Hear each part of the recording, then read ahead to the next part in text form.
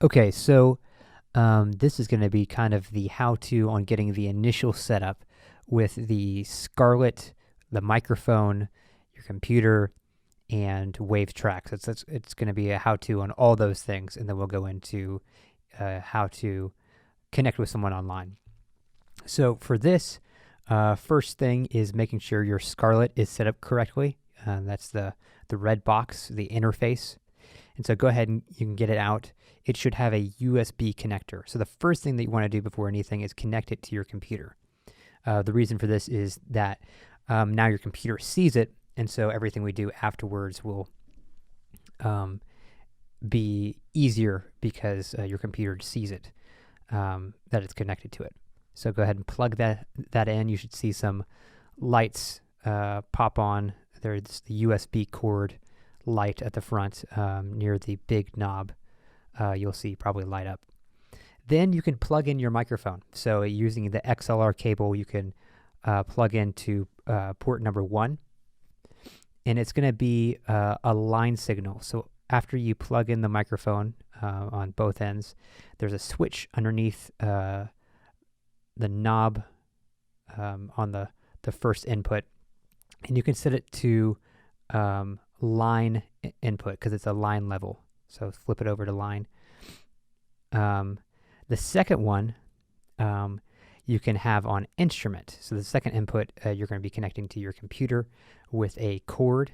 And you can plug in from your headphone jack to the second input and have it on instrument. And then finally, the last thing that you'll need to plug in is just headphones. So headphones is just right of the big knob, and it's controlled by that smaller knob, silver knob. Trying to think of anything else. All on the front, there's something that says 48V. You don't need to press it. If it is pressed in and red, you can unpress it. And that's all you need to really plug into your Scarlett interface. So basically, that's all set up. Then you'll open up Tracks Live. So Tracks Live's right here. You need to download it online. You have to make an account with Waves, but it is free. So you'll make a session. And the first thing that we want to do is we want to go over to Preferences and make sure that we have the Scarlett USB selected. It's right here. So this just basically says our inputs are coming from the interface. So we hit OK. Then we're going to go to Tracks, and we're going to Add Track. We're going to have 2 mono tracks. Hit OK. And now we can arm both of these. So I'm going to hit Global Record. You can do them individually like this, or just together like this. Now, this probably seems weird, but mute this right here. And the reason for that is if you're plugged in and listening to your headphones, when you unmute this, it will sound kind of echoey. It's because you're getting sound from both the computer and the interface, and they're competing, and they're not exactly the same time, so it sounds echoey. It won't record that way, don't worry. So mute that. You're still seeing a signal right here. And a good way to know that you're getting the right signal is on the Focusrite. If I look at it while I'm talking, I'm seeing a green light up around the gain knob. The gain knob's right next to where you plug in. If you see red, you're too loud. I'd rather you be too quiet than too loud, because too quiet I can boost. Too loud is going to sound crunchy, and I can't fix that. All right, so line 1 is right here, and then line 2 is right here, and that's going to be whatever comes out of this computer. So one thing to note is that if you have notifications on, if you can get an email, it's going to ding and it's going to show up in the recording. So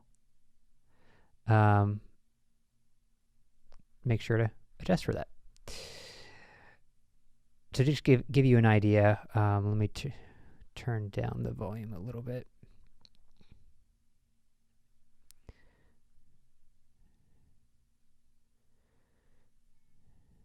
So that's playing.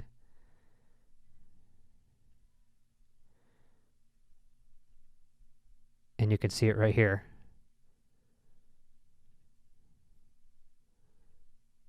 And turn it off. And not there. So there you go. That's how to set up everything to get a session going for the Scarlett. When you're done, you're going to do File, Export, Stem Export. You're going to hit Normalize, and then Export. You have to go find where it came from, or actually where it exported to. And what you'll end up giving me is 2 individual files. You'll give me a file that's track 1 and a file that's track 2. That way I have control over both of the tracks, and so I can mix them individually. So yeah, I think that's about it, and we can move on to the next part.